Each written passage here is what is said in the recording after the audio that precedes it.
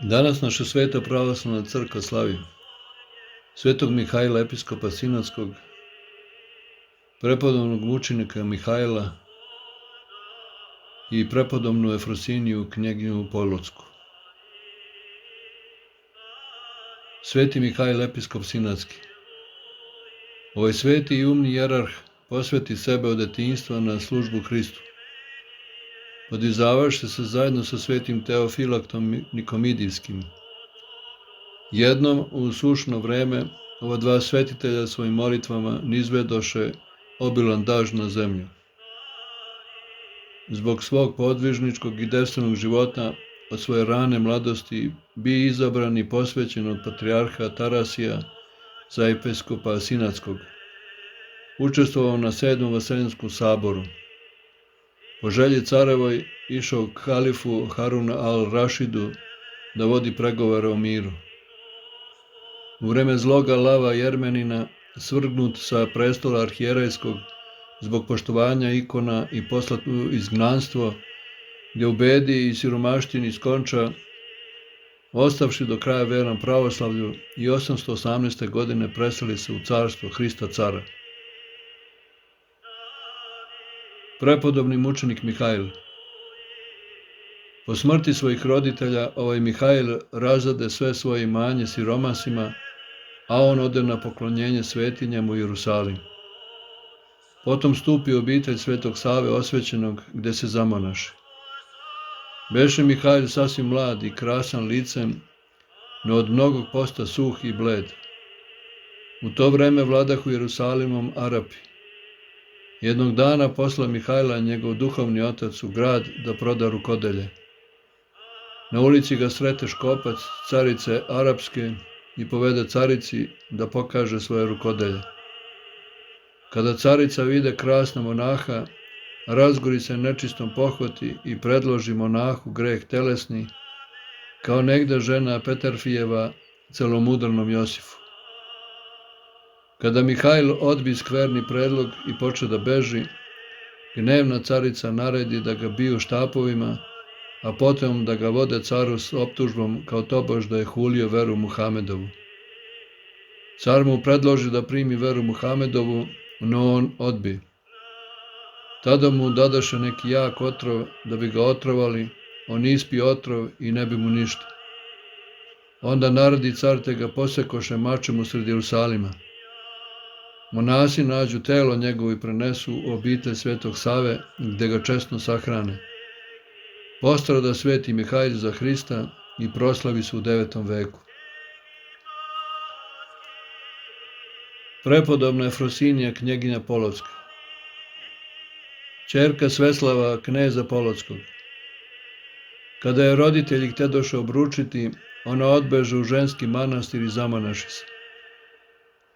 3 puta joj se javio angel Gospodnji i pokazao je mesto gde ona ima ustrojiti novi devički manastir. Privukla u monaštvo svoju sestru Evdokiju i mnoge druge devojke iz velikaškog staleža. Jedna rođaka njena, Zvenislava, po rođenju knjegina Borisovna, donese sve svoje blago, haljine i drago kamenje, pa reče: sve krasote ovoga sveta smatram ništavnim, a ove ukrase spremljene za brak dajem crkvi Spasiteljevoj i sama želim obručiti se s njime u duhovni brak i potkloniti glavu moju pod njegov blagi i laki jaram. Efrosinija i nju zamonaši i dade joj ime Evpraksija. U starosti poželi Efrosinije da umre u Jerusalimu i Bogu se moljaše za to. Bog joj usliši molitvu te zaista, kada posjeti Jerusalim, tamo i skonča. I bi sahranjen u manastiru Svetog Teodosija 23. maja 1173. godine. Zla carica Mihajla tuži da on veru islamsku naruži, car Inoku čudan predlog čini da će njega sinom da usini, samo veru da ostavi pravu i ko muslim da obrije glavu. Inok srce molitvama grije i sultanu u lice se smije. Misliš, care, od mene si jači, smrt za mene novi život znači. Duša moja za svetom ne mari, evo 3 ti ja predlažem stvari. Ili se krsti krstom pravovernim, ili me ubij mačem krvožednim, ili me pusti ocu duhovnome da se vrati manastiru svome. Naljuti se care gospodare, mačem sevnu glava svecu pade, dušu svetu angeli uzeše i u carstvo Hristovo odneše. Rasuđivanje. Duhovan čovjek tumači sve stvari i sve pojave u prirodi na duhovan i simboličan način i iz svega izvlači korist za svoju dušu. Jednom dođu bratije svetom Jovanu Kolovu i počnu mu pričati kako je pala dobra kiša i zalila palme i kako su nove grane na palmama počele da bujaju, tako da će monasi imati materijale za svoje rukodelje. Sveti Jovan zamisli se pa reče bratiji: isto tako i Duh Sveti silazi u srca svetitelja, te se obnavljaju i puštaju izdanke straha Božjega. Suzercanje. Da suzercavam blagodat Boga Duha Svetoga u tajnstvu krštenja i to, kako ta blagodat daje silu duši i sleduje Hristu Gospodu, kako je ona zaloga Božjega usinovljenja krštenog čoveka. Beseda o tome kako ne treba žalostiti Duha Božjega. I ne ožalošćavajte Svetoga Duha Božjega, kojim ste zapečaćeni za dan izbavljenja. Efescima 4:30. Pečat dara Duha Svjatoga, rečeno je, braćo, na svakim od nas koji smo se krstili vodom i duhom. Duh Božji nama je dat, ne po zasluzi našoj, da niko to i ne pomisli, nego po milosti Boga živoga. I u običnim odnošajima među ljudima radostan je onaj ko dar daje, radostan i onaj ko dar prima. Darovanje je radovanje na obe strane. Što veći dar, veća i radost. Raduje se i Bog kada daje blagodat Duha svog svetog, kako da se naraduju ljudi koji primaju. Siromah koji prima, obično se više raduje od bogataša koji daje.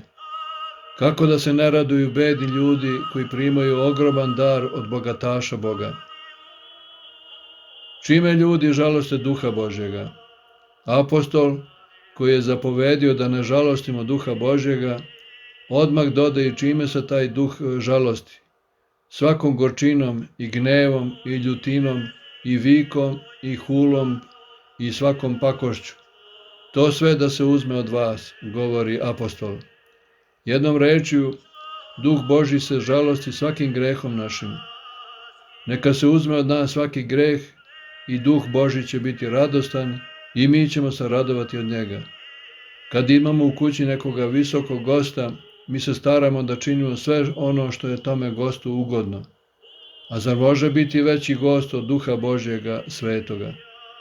Pa kad je on najviši i najželjeniji gost naš, treba da uložimo najveće staranje da njemu ugodimo. A mi znamo čime se ugađa Duhu Božjem, onim istim čime i Hristu Gospodu. A Gospod je rekao: ako imate ljubav k meni, zapovesti moje držite. Jovan 14:15. Ko dakle drži zapovesti Hristove, taj ima ljubav i prema Sinu, držeći zapovesti njegove, taj ugađa Ocu i Duhu Svetome. Naročito preporučuje apostol blagost, milost i praštanje. Ako smo blagi, ako smo milostivi, ako praštamo jedan drugom, time ugađamo Duhu Božjem koji gostoji u srcima našim. I raduje se tada Duh Božji u nama i celo biće naša tada treperi od neke radosti neiskazane. O, braćo moja, starajmo se da ne ožalostimo gosta najvišega koji nam dolazi s darovima prebogatim. O Bože, duše sveti, oprosti nehat naš prema veličanstvu tome besmrtnome i ne ostavi nas prazne i ništavne bez Tebe. Tebi slava i hvala vavek. Amin.